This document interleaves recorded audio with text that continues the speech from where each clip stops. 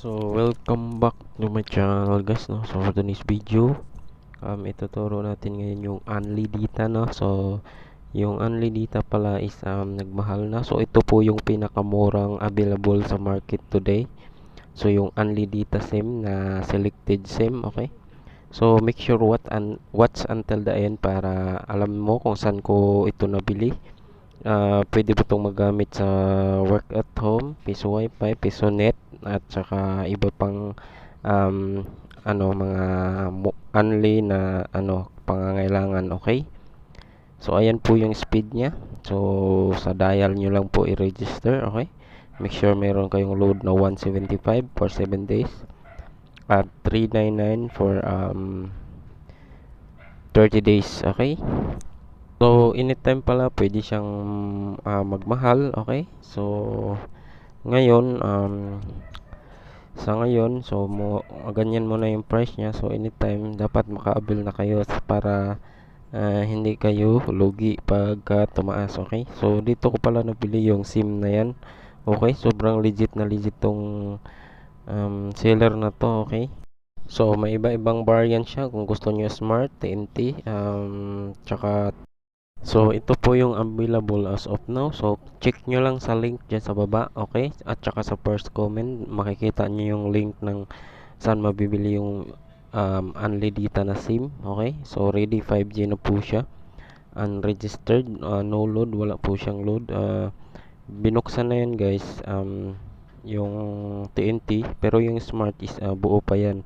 Hindi pa yan yung Rocket SIM, okay? Yung Rocket SIM is merong only 30 days, okay? So magkaiba yung price niya.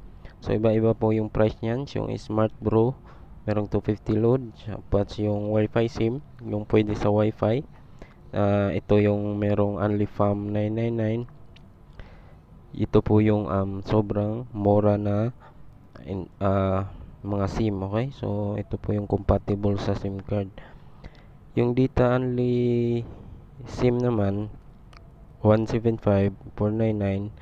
Ito po yung pwede sa SIM kahit tsaka yung Rocket, ito lang po yung pwede sa cellphone. Kaso may tricks naman tayo dyan paano magpalit ng IMEI para gumana siya sa modem, yung Rocket SIM. So as you can see guys, makikita nyo naman kung anong SIM na bili nyo. Pili lang kayo dyan. So magkaiba po yan ng price, no? Depende sa SIM. So sa iba pang katanungan, sa PM lang kayo sa Facebook page ko, okay? Sa search nyo lang Bohol Amazing View. So yun po yung page natin. So ito po yung recommend ko na modem na bibilhin nyo. Dapat huwag kayong bumili ng basta-basta ni-recommend lang sa ibang YouTuber, kasi hindi naman sila masyadong expert or naka-experience, okay? So tayo kahit paano meron tayong experience sa mga modem kasi meron tayong piso wifi. So ito yung i-recommend ko sa inyo na hindi na kailangan mag-upgrade, no need to, at very affordable na modem, okay? So check out nyo lang guys yung store na yan.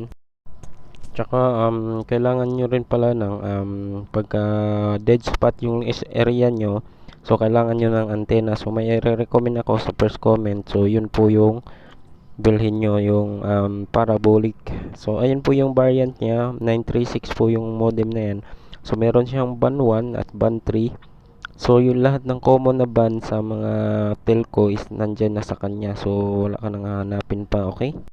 Sa mga nakakakilala sa akin, so ayan po, matagal na po tayong nagpipiso wifi, so kaya may karanasan tayo sa mga modem.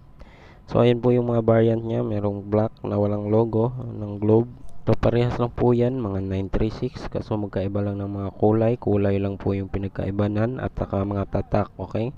So lahat yan makikita yung mabibili mo sa first comment at saka sa description. So mabibili mo yung mga modem na yan sa first comment, okay? So ito yung pinakasulit na modem as of now. So sa 4G, no? So 4G muna tayo kasi ang 5G is selected area lang sa mga syudad. So wala naman sa mga probinsya natin yung 5G. So for 4G only lang to, okay? So tapos may banlocking pa na mga feature, okay? Sa na to, sa seller na to. So Mga ano naman to, mga legit naman to. So ilang beses na ako napag-order kasi kaibigan ko naman tong seller na to, okay?